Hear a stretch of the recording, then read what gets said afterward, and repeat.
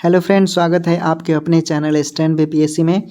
आज का test series होगा। इससे पहले भी लगभग 117 प्रैक्टिस सेट और 12 टेस्ट सीरीज हुए हैं, तो आपने अभी तक नहीं किया है तो ज़रूर करेंगे। मैं डिस्क्रिप्शन में उसका लिंक दे दूंगा और इसका पीडीएफ चाहिए तो आप टेलीग्राम पर जुड़ेंगे और अच्छा से प्रैक्टिस कीजिए। रोज़ चलेगा टेस्ट।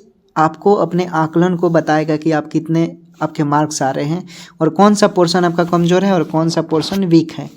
तो इस चीज़ के लिए बहुत ही मददगार होगा दोस्तों। ओके, तो स्टैंड बीपीएससी पर नए होंगे तो चैनल को सब्सक्राइब कीजिएगा ताकि जितने भी एग्ज़ाम तक टेस्ट सीरीज होंगे उसमें आपको मदद मिलेगा और वीडियो आसानी से आप तक पहुंच जाएगा। ओके दोस्तों, तो सभी दोस्तों को फिर से एक बार good evening to all of you.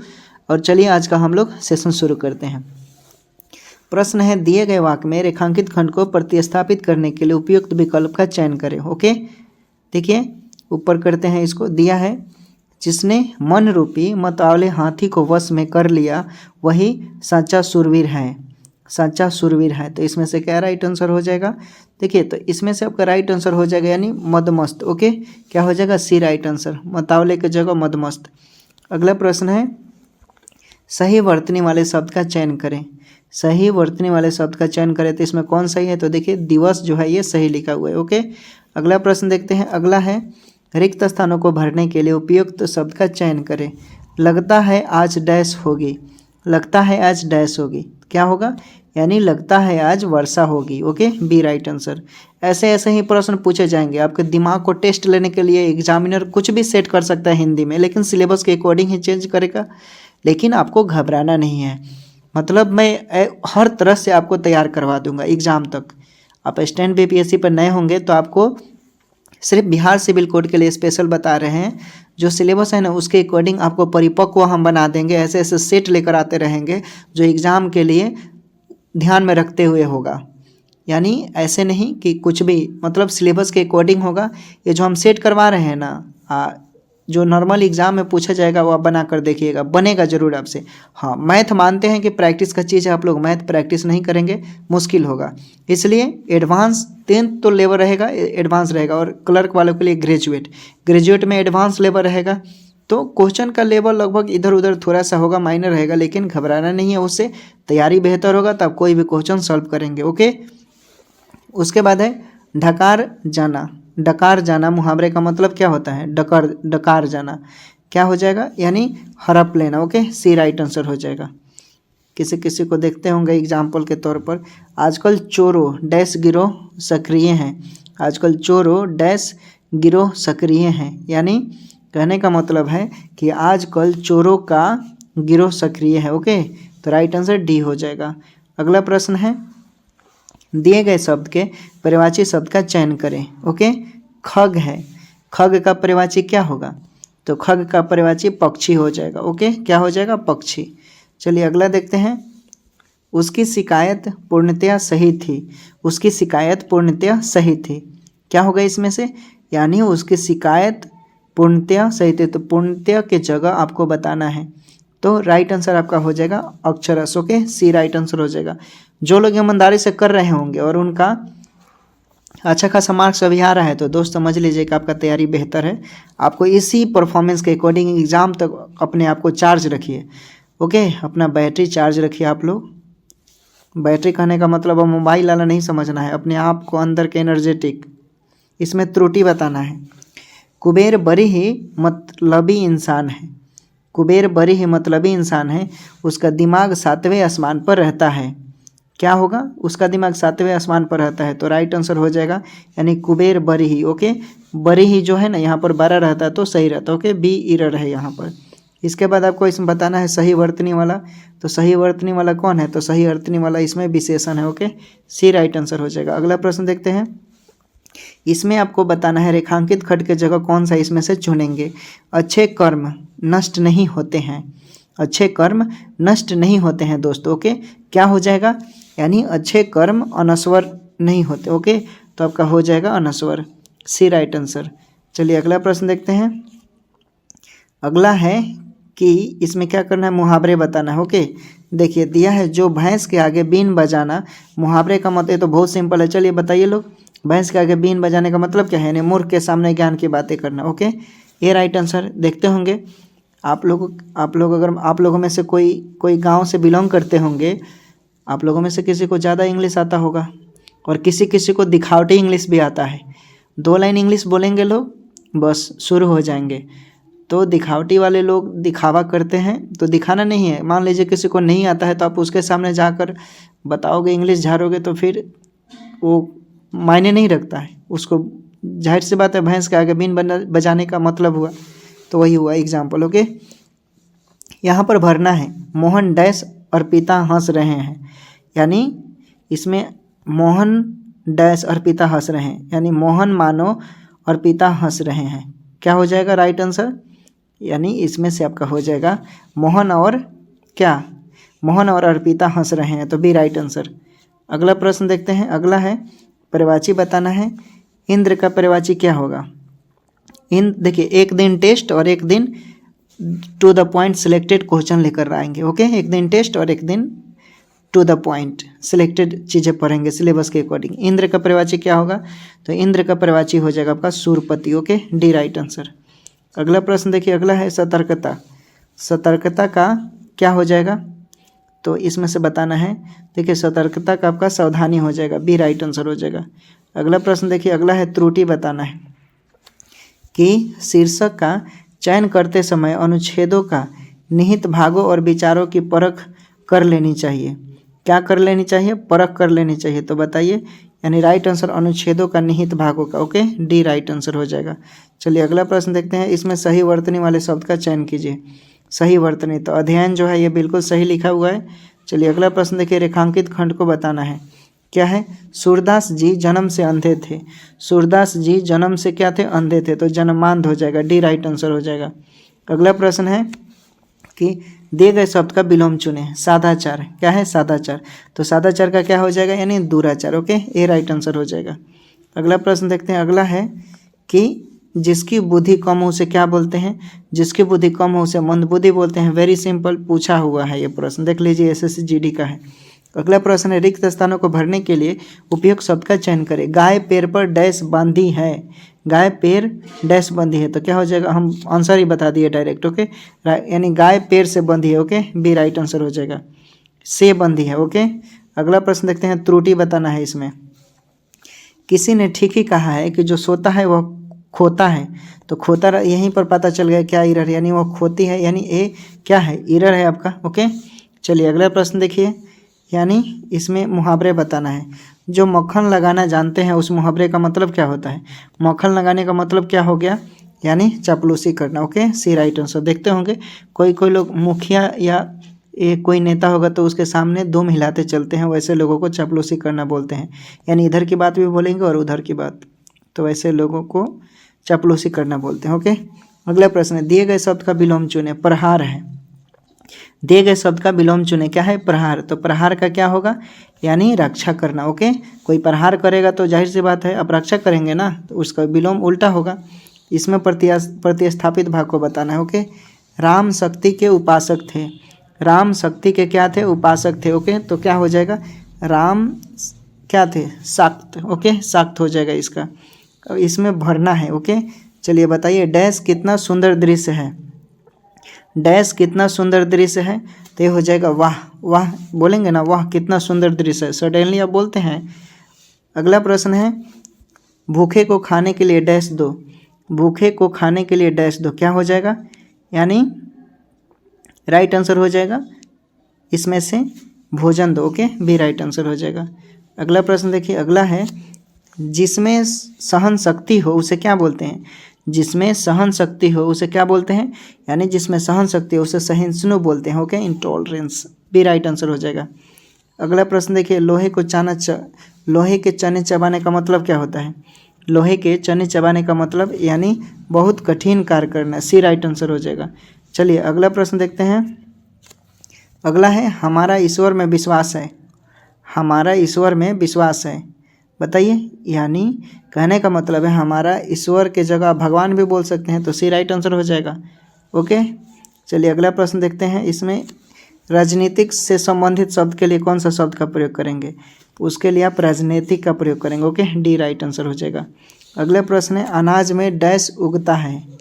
अनाज डैश में उगता है, क्या हो जाएगा, यानी अनाज आपका जो है वो खेतों में उगता है। सी राइट आंसर।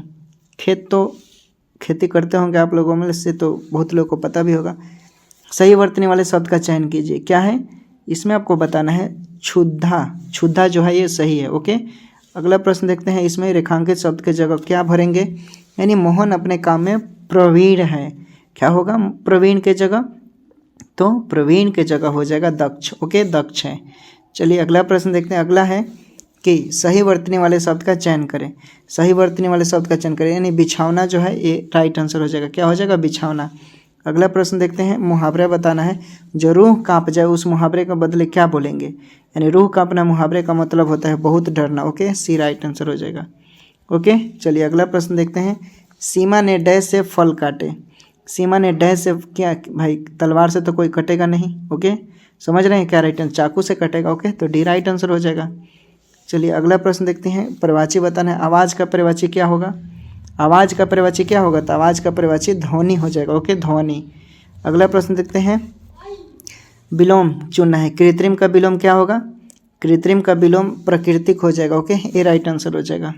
अगला प्रश्न देखिए। अगला है ग्रह का प्रवाची क्या होगा, ग्रह का प्रवाची नक्षत्र हो जाएगा। ओके, डी राइट आंसर हो जाएगा। अगला प्रश्न है। जिसकी आयु कम हो उसे क्या बोलते हैं, जिसकी आयु कम हो उसे अल्पायु बोलते हैं। ओके, डी राइट आंसर हो जाएगा। अगला प्रश्न देखते हैं। उसके बाद अब आपको क्या करना है, इंग्लिश। ओके, इंग्लिश देख लेते हैं दोस्तों, क्योंकि इंग्लिश भी ज़रूरी है। ओके, तो इंग्लिश बहुत ज़रूरी है, तो इंग्लिश हम लोग करते हैं। और क्या करेंगे आप लोग, जो जो कमियां हैं उसके अकॉर्डिंग पढ़ते रहना है। कमियों को छोड़ेंगे तो फिर दिक्कत हो जाएगा दोस्त, इसलिए कमियों को इग्नोर नहीं करना है। सेट लगाने का मतलब, टेस्ट देने का मतलब है कि कहाँ पर आपकी जो कमियां हो रही है उसको क्या करेंगे, आप पूरा कीजिए, मेहनत कीजिए। वहाँ पर आप अच्छा से मेहनत करेंगे तो आपका कल्याण होगा। आप इग्नोरेंस करेंगे तो फिर दिक्कत होगा दोस्तों के। तो इग्नोर नहीं करना है आपको, सिर्फ क्या करना है, मेहनत करना है। ओके, चलिए अगला देखते हैं हम। इसमें दिया है क्या, in the following question there are 4 different words out which one is misspelled. Okay, misspelled है और बाकी को आपको वही चुनना है। ओके, तो बताइए सही स्पेलिंग वाला कौन है इसमें, तो सही स्पेलिंग वाला देखेंगे तो बी, देखिए ऑकरेंस जो है ये सही है। ओके, इसमें बताना है 22 में कौन है, तो 22 में देखेंगे तो होटल जो है, होटल कहाँ है इसमें, ये देखिए ये सही स्पेलिंग वाला है। 23 में देखेंगे, 23 में कौन सही वाला है, तो 23 में देखेंगे तो फैसिनेटिंग जो है, फैसिनेटिंग का मतलब होता है आकर्षक, यानी आपका डी राइट आंसर हो जाएगा। देखिए दिया हुआ है डी में फैसिनेटिंग। ओके, ऑक्योरेंस का मतलब जानते हैं, घटना होता है, और होटल का तो होटल ही होता है, आप लोगों को भी पता है। चलिए इसमें देखते हैं क्या करना है। इसमें in the following question out of the 4 alternative choose the one which can be substitute for the given word or sentence and extract from a book of writing. Okay, यानी इसमें बताना है आपको कि किसी पुस्तक, मतलब कहीं किसी पुस्तक से जो अंश लिया जाता है, शब्द लिया जाता है, उसको बोलते हैं। तो क्या हो जाएगा, यानी एक्सेप्ट हो जाएगा। ओके, देखिए ए नंबर में दिया हुआ है, तो ए राइट आंसर हो जाएगा। चलिए आगे देखते हैं। आगे उसके बाद आपको इसमें बताना है a person who is self centred. A person who is self centred क्या होगा, तो उसको हम लोग बोलते हैं person who is self centred, यानी इगोइस्ट बोलते हैं, अहंतवादी। ओके, तो देखिए इसमें से राइट आंसर क्या हो जाएगा, आपका ए हो जाएगा। उसके बाद one living on vegetables, one living on vegetables कहने का मतलब है, आप समझ गए क्या, शाकाहारी को बोलते हैं। ओके, शाकाहारी को इंग्लिश में क्या बोलते हैं, यानी वेजिटेरियन। ए राइट आंसर हो जाएगा। ओके, चलिए अगला प्रश्न देखिए। अगला है in the following question out of the 4 alternatives choose the one which best express the opposite meaning of the word given in capital letters. Okay, उसके बाद है कन्फर्म। क्या है कन्फर्म, तो कन्फर्म का बताइए, कन्फर्म का हो जाएगा contradict. Okay, C right answer हो जाएगा। होस्टाइल का क्या होगा, देखिए होस्टाइल का मतलब होता है प्रतिकूल। ओके, तो इसमें से बताइए, तो हो जाएगा वैलिडेट। ओके, नहीं वैलिडेट नहीं, होस्टाइल का हो जाएगा friendly. Okay, sorry, D right answer हो जाएगा। चलिए अगला प्रश्न देखते हैं। स्टेबल, स्टेबल का क्या होगा, यानी स्टेबल एक एडजेक्टिव है जिसका मतलब होता है स्थिर जो है, तो उसके सेकी हो जाएगा, क्या हो जाएगा, सेकी। ओके, राइट आंसर मतलब अस्थिर हो जो। ओके, डी राइट आंसर हो जाएगा। उसके बाद देखिए क्या करना है, उसके बाद है देखते हैं कि in the following question 4 alternative are given for the item or phrase in bold in the sentence, choose the alternative which best express the meaning of the item or phrase. Okay, तो बताइए 30 number में क्या होगा, by fits and starts. By fit यानी बीच बीच में रुक कर चलने के सेंस में बोलते हैं, इसका मतलब हुआ, यानी इसको क्या बोलेंगे हम, इसको बोलेंगे हम एट ए इरेगुलर इंटरवल्स। ओके, ए राइट आंसर। आप मूवी देखते हैं, मूवी में बीच में इंटरवल होता है ना, उसी को बोलते हैं, उसी सेंस में ये बात करें। ओके, चलिए अगला प्रश्न देखते हैं, pay off old score. Pay off old score यानी पुराना हिसाब चुकाना, क्या बोलेंगे इसको, यानी to avenge wrong. Okay, B right answer. अगला प्रश्न देखते हैं कि at loggerheads, at loggerheads यानी जो कोई व्यक्ति कोई आप बात बोलते हैं उसे सहमत ना हो, ओके, उसको बोलते हैं, आप कुछ भी बोलते हैं उससे सहमत नहीं है उस सेंस में, तो इसको क्या बोलेंगे, तो इसको बोलेंगे to disagree strongly. Okay, C right answer. चलिए अगला प्रश्न देखिए, अगला है in the following question out of the 4 alternative choose the one which best express the meaning of the given word. क्या दिया है, रेकलेस यानी लापरवाह के सेंस में बोलते हैं, रेकलेस। ओके, तो इसका क्या हो जाएगा, यानी careless. Okay, C right answer हो जाएगा। चलिए अगला प्रश्न देखते हैं, प्रोएक्टिव। प्रोएक्टिव किसको बोलते हैं, प्रोएक्टिव का मतलब होता है क्या, यानी सक्रिय, तो क्या हो जाएगा इसका, यानी इथोसिएस्टिक हो जाएगा, ए राइट आंसर हो जाएगा। उसके बाद है प्रिवेंट। प्रिवेंट किसको बोलते हैं, यानी जो रोकता है, तो राइट आंसर ब्लॉक हो जाएगा। ओके, सी राइट आंसर हो जाएगा। चलिए अगला प्रश्न देखते हैं, अगला है इसमें क्या भरेंगे आप, करेक्ट जो दिया है इसमें से, तो देखिए a fossil normally dash only person of the deceased organism. Okay, यानी इसमें कहने का मतलब है कि किसी वस्तु को रखते हैं, ओके, वो सेपरेट है, सुरक्षित है, उसमें कोई खराबी ना हो उस सेंस में, तो राइट आंसर रिटेंस हो जाएगा, यानी सेपरेट जैसा है वैसा ही रहेगा। चलिए अगला प्रश्न देखते हैं, इसमें क्या भरेंगे आप, student will be dash for an interview on the basis of their score card, यानी इसमें आपको बोलना है, मान लीजिए इंटरव्यू होगा तो आपका साक्षात्कार के लिए बुलाया जाएगा, क्या बोलते हैं उसको जब आपको इंटरव्यू के लिए बुलाया जाता है, तो call for an interview. Okay, तो राइट आंसर क्या हो जाएगा, ये हो जाएगा। उसके बाद है it is the teacher's dash to decide who will participate in the competition, यानी कहने का मतलब है कि टीचर्स राइट टू डिसाइड, यानी क्या करता है वो, यानी शिक्षक का अधिकार है, वो कुछ भी कर सकता है, तय कर सकता है, टेस्ट लेना है, क्वेश्चन टफ देगा, जो भी वो पढ़ाया है तो कर सकता है, तो उसके अकॉर्डिंग इसमें क्या हो जाएगा, यानी राइट है, यानी राइट मीन्स क्या, अधिकार होता है, तो सी राइट आंसर।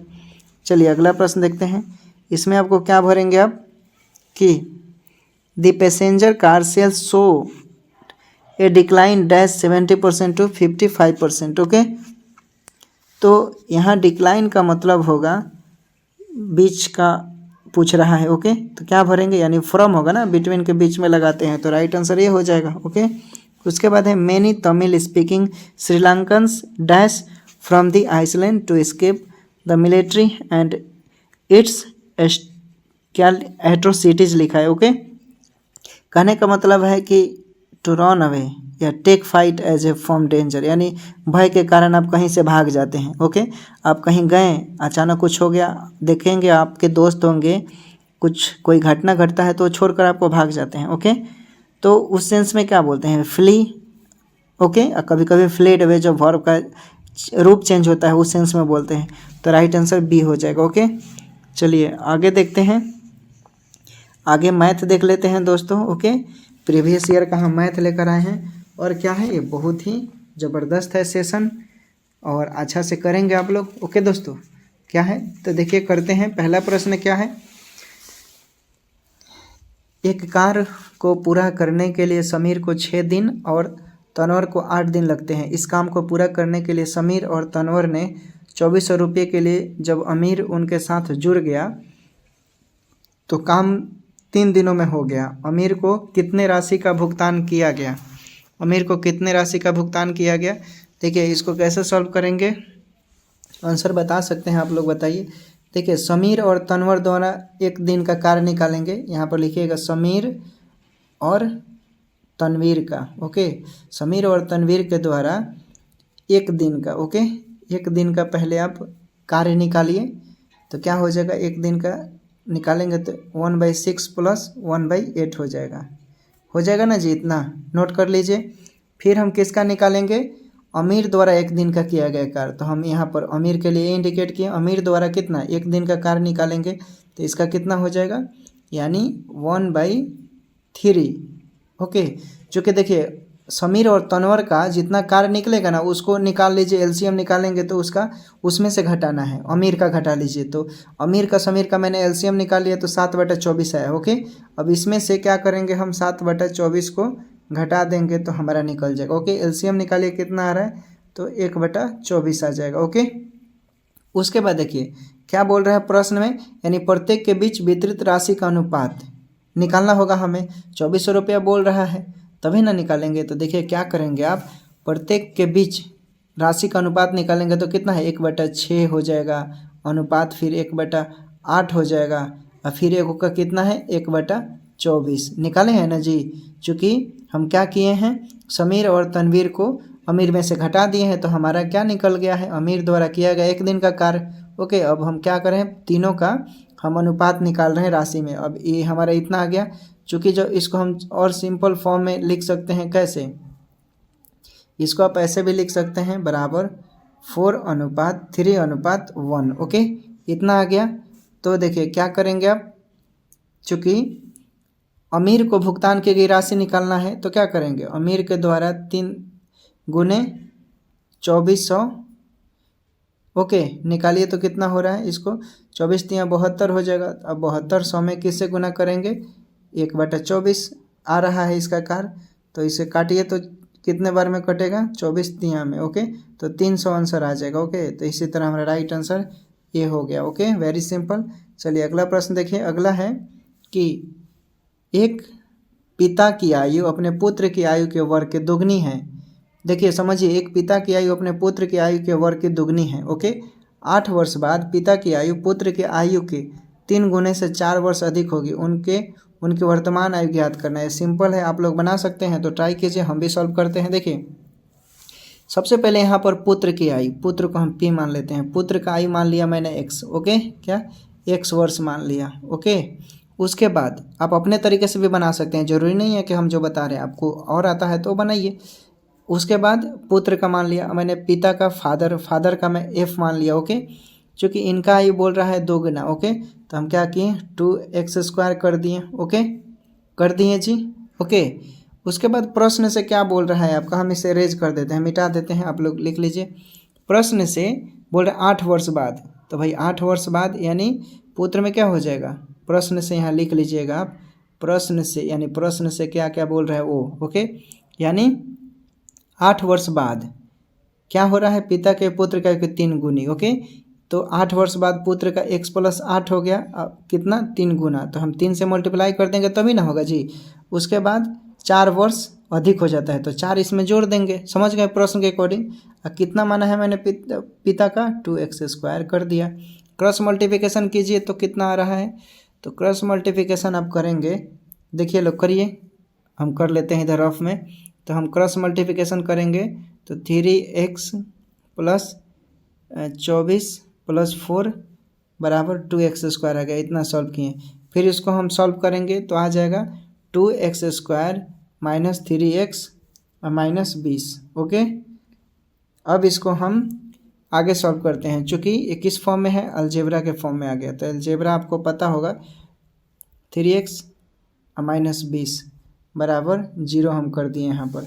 अब चूँकि एगो फार्मूला हम बताए थी, आप लोगों को पता होगा, यानी प्लस एथी निकालने के लिए, डी निकालने के लिए, विवेचक जिसको बोलते हैं, यानी प्लस - b, चाहे आप कोई भी यूज कर सकते हैं, या तो प्लस माइनस यहाँ यूज कीजिए चाहे कुछ भी, ओके, फॉर्मूला है। उसके बाद फिर +√b² - 4ac बटा क्या होता है 2a, ये फार्मूला होता है। इसी पर बैठा दीजिए, निकल जाएगा आपका मान। तो इस पर बैठाएंगे तो आपका x का मान आ जाएगा 4, ओके, और x का मान आपका कितना आ जाएगा 4। फिर तो वैल्यू पुट कर दीजिए, x का वैल्यू पुट करेंगे तो पुट करेंगे तो कितना आ जाएगा, एक्स का वैल्यू पुट करेंगे तो आपका आ जाएगा 2.5 माइनस 2 पॉइंट माइनस में आएगा।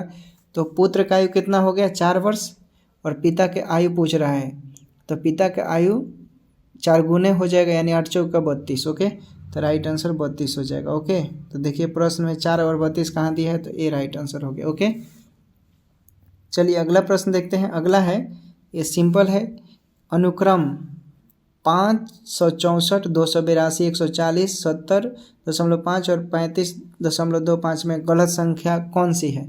गलत संख्या आपको बताना है, बताइए। तो इसमें से कौन सी गलत संख्या? ऑप्शन के अकॉर्डिंग देखिए, सबसे पहले 500 क्या दिया है 64, गुने हम क्या करेंगे 1/2, कितना आ जाएगा 282।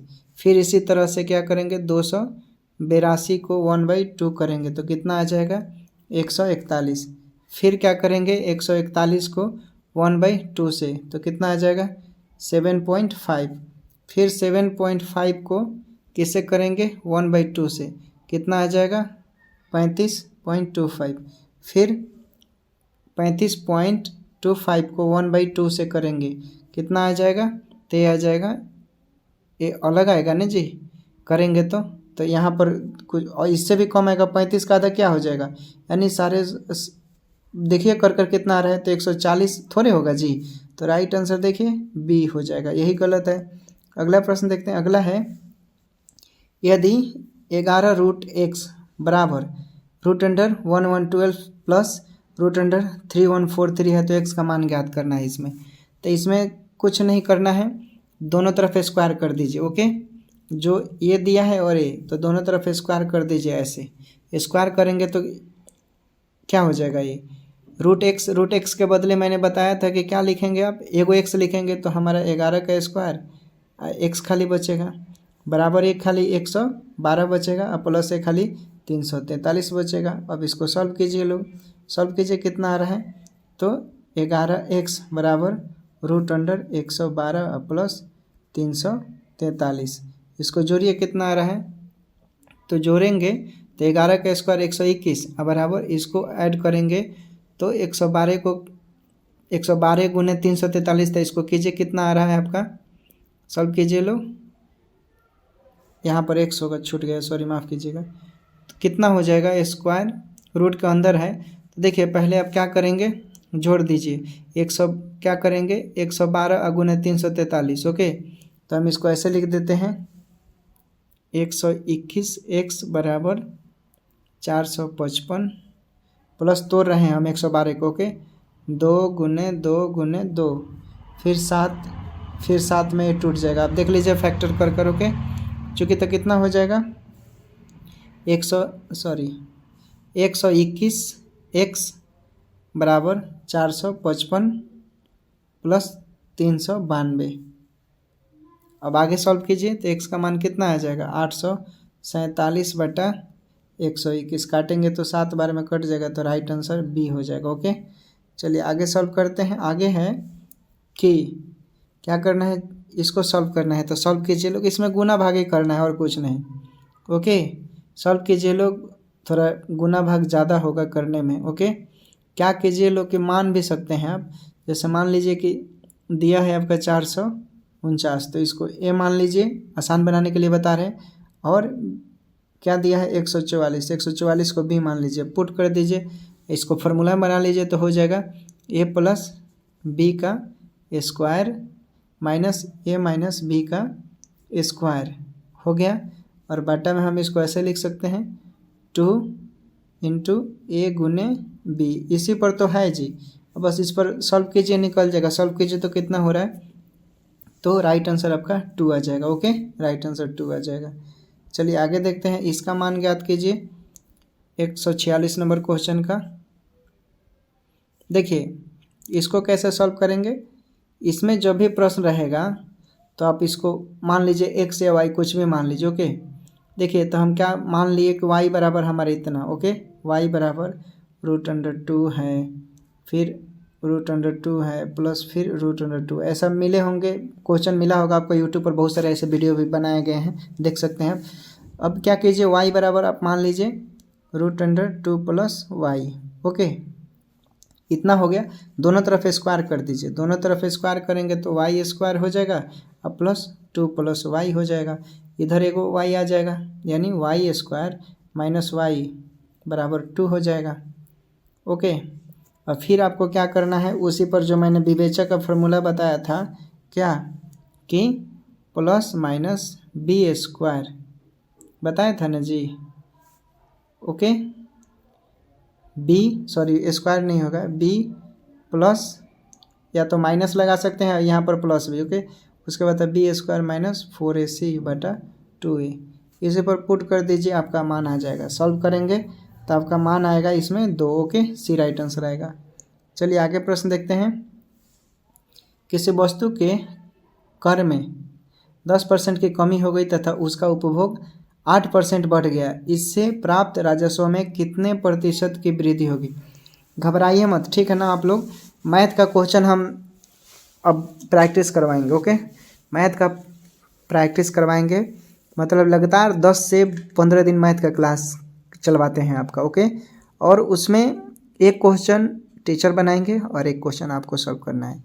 जैसे यही क्वेश्चन रहा, ओके, तो इस क्वेश्चन को एक बार टीचर सॉल्व करेंगे और एक बार आप खुद सॉल्व करेंगे, सेम रहेगा ताकि आपका प्रैक्टिस बेहतर हो। देखिए इस तरह के सवाल को क्या करेंगे, चूँकि आपका पूछ रहा है कि किसी वस्तु का कर में 10% की कमी हो गई। ओके, देखिए यहाँ पर ब्याज भी नहीं दिया है, उपभोग का 8% बढ़ गया। ओके, इस तरह के सवाल में क्या करेंगे, आपको एक ट्रिक बताते हैं, इसमें फॉर्मूले की सहायता से बनाया जाता है। राजस्व निकालने के लिए होता है कर प्लस उपभोग। ओके, यहाँ पर पूरा लिख लीजिए, कर प्लस उपभोग। ओके, ये फॉर्मूला आगे काम आएगा। उसके बाद इसमें क्या करेंगे, मान लीजिए माना कुल कर और उपभोग, यहाँ पर लिखिएगा माना कुल कर, लिख लीजिएगा भाषा, माना कुल कर और एवं उपभोग बराबर हो जाएगा 100 मान लीजिए। ओके, मिटा देते हैं। उसके बाद राजस्व के लिए मैंने फॉर्मूला लिखा है कर गुने उपयोग, यानी राजस्व का क्या हो जाएगा 100 गुने 100 क्या हो जाएगा आपका, यानी 10,000। ओके, 10,000 हो गया, इसको मिटा देते हैं। फिर आगे क्या कीजिएगा, प्रश्न से देखिए क्या बोल रहा है, प्रश्न से यहाँ लिख लीजिएगा। प्रश्न से क्या बोल रहा है कि इसमें बोल रहा है प्रश्न से कि 10% की कमी, तो 10% की कमी यानी 100 माइनस 10। ओके, यानी 90% हो गया। ओके, 90% हो गया। उपभोग में बोल रहा है 8% की वृद्धि, तो 8% की वृद्धि हो रहा है यानी 108%। ओके, चौड़ा, ठीक है। इसको क्या करेंगे, आगे मिटाते हैं, आगे देखते हैं। उसके बाद है बोल रहे हैं कि राजस्व का फॉर्मूला मैंने लिखा। ओके, राजस्व का फॉर्मूला मैंने लिखा है कि 90 गुने 108 हो जाएगा। क्यों लिखा है, ऊपर लिखा हुआ है तो कितना आ जाएगा, गुना करेंगे तो 9720। ओके, 9720 आ गया। ओके, उसके बाद प्रतिशत की कमी बोल रहे हैं। ओके, प्रतिशत की कमी हो रहा है। ओके, तो इसमें प्रतिशत की कमी का फॉर्मूला हम लिख देते हैं, प्रतिशत की कमी क्या हो जाएगा आपका, यानी 10,000 माइनस 9720 बटा 10,000। ओके, अब इसको सॉल्व कीजिए, अब गुने में 100 कर दीजिएगा। ओके, प्रतिशत में निकालना है तो यही आपका आएगा 2.8%। ओके, 2.8%। देखिए कहाँ है, तो 2.8% की कमी आएगा। ओके, तो देखिए ए राइट आंसर हो जाएगा। ओके, आगे देखते हैं। आगे है किस प्रतिशत वार्षिक साधारण ब्याज के दर से कोई धन 8 वर्ष में दोगुना हो जाएगा, कोई धन 8% में दोगुना हो जाएगा। ओके, तो देखिए क्या करना है, इसमें आप मान लीजिए माना कि ब्याज 1%। ओके, इस तरह के सवाल में चूँकि ब्याज के लिए क्या करेंगे, फार्मूला निकालने एक ट्रिक है, PRT बटा 100 पर कर निकालिए। तो देखिए चूँकि बोल रहा है कि 8 वर्ष में दोगुना हो जाता है, तो 8 वर्ष में कोई धन दोगुना हो जाता है तो क्या मूलधन आपका क्या हो जाएगा, P हो जाएगा। ओके, मान लीजिए P, चूँकि तो P बराबर आप कैसे लिखेंगे, PRT बटा 100। अब इस पर बैठाएंगे कैसे, तो देखिए चूँकि R बराबर 100 बटा 8 हो जाएगा। ओके, प्रश्न के अकॉर्डिंग चूँकि आपको ब्याज आपने 1 माना है, चूँकि इसमें पूछ रहा है 8 वर्ष में धन दोगुना होता है, तो इसका मतलब है कि वर्ष में ब्याज की जो राशि होगी वो क्या मूलधन के बराबर होगा, राशि जो होगी वर्ष में वो मूलधन के बराबर होगा। समझ गए? तो R इतना हो जाएगा आप, तो इसको आप कैसे लिख सकते हैं, यानी आप लिख सकते हैं यानी 12 सही 1/2 ऐसे लिख सकते हैं। तो ऑप्शन में देखिए बी राइट आंसर हो जाएगा। ओके, चलिए अगला प्रश्न देखते हैं। इसमें आपको क्या करना है, कोण दिया है ओके, कि त्रिभुज ABC में कोण B और C के आंतरिक द्विभाजक बिंदु O पर मिलते हैं। यदि कोण A 80 डिग्री तो कोण BOC का अंश कितना होगा। इसमें क्या करना है देखिए, यानी कोण B प्लस कोण C कितना दिया है 180। ओके, A का मान 80, तो इसमें से घटा लेंगे तो 80 निकल नहीं जाएगा, यानी 100 आ जाएगा। 100 आ गया आपका कोण B प्लस C का मान। उसके बाद पूछ रहा है, इसको हम ऐसे लिखेंगे कोण OBC प्लस कोण OCB। फिगर बना लीजिएगा आप ऐसे। ओके, समझ में आएगा बेहतर। ओके, सॉल्व करेंगे इसको तो आसानी से राइट आंसर आपका 130 आएगा। ओके, 130 राइट आंसर आएगा। ओके, इसमें देखते हैं, यदि 10 मित्र एक दूसरे से हाथ मिलाते हैं तो कुल कितनी बार हाथ मिलाएंगे। तो देखिए इस तरह के सवाल कैसे निकालेंगे, 10C2 पर। ओके, ऐसे निकालिए। इसको कैसे लिखेंगे, 10 × 9 2 × 1। ओके, 11th 12th में भी ये सब पढ़ना है। अब इसको काट दीजिए, तो 2 पंजे 10, 5 9 45, यानी 45 राइट आंसर आएगा। ओके, ये राइट आंसर। तो दोस्त आज का क्लास यहीं हम लोग ख़त्म करते हैं। उम्मीद करते हैं आप लोगों को अच्छा लगा होगा तो अपना सुझाव ज़रूर देंगे, और चैनल पर नए होंगे तो सब्सक्राइब कीजिएगा। अगर इसका PDF चाहिए तो टेलीग्राम पर जाकर आप PDF प्राप्त कर सकते हैं। देखिए इससे पहले 117 प्रैक्टिस सेट और 12 टेस्ट सीरीज हो चुके हैं श्री बिहार सिविल कोड के, तो अभी तक आपने नहीं देखा है तो जाकर ज़रूर देखेंगे। नए व्यूअर हैं आप तो ठीक है फ्रेंड। तो आप लोग अपना ख्याल रखें, फिट रखें, स्वस्थ रखें, डीमोटिवेट नहीं होना है, हमेशा मोटिवेट रहिए, एनर्जेटिक रखिए, पढ़ाई कीजिए। जैसे जिस तरह आप सुबह उठते हैं तो नई उमंग के साथ, अभिलाषा के साथ उठते हैं, उसी तरह आपको मन में जिज्ञासा होता है कि आज हम कुछ अलग करेंगे, उसी तरह आप अपना बेहतर तैयारी बनाइए। ठीक है दोस्तों, सभी दोस्तों को गुड नाइट, बाय बाय। मिलते हैं कल इसी समय पर।